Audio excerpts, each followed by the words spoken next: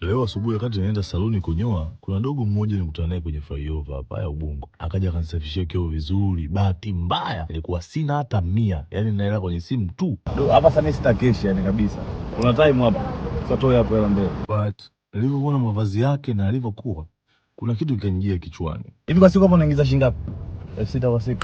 Sasa mimi nataka leo nipige mimi na road trip. Hiyo 6,000 mimi nitakulipa. Mimi kwa hapa niko naenda kunyoa. Wewe unanyoaga unapiga yengo hivi? Kwa fresh twende tunyoe kwanza. Asante baba. Asante baba.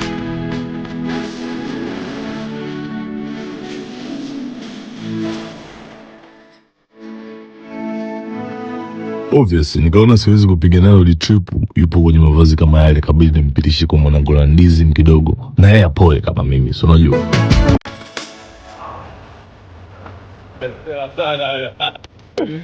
Hivi ni hoteli gani ambayo unatamani hata siku moja uende kula? Pasai Miogo.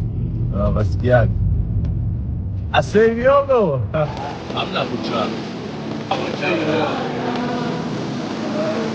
Wasanii gani unawakubali sana? Nakubali Chino. Chino wala man.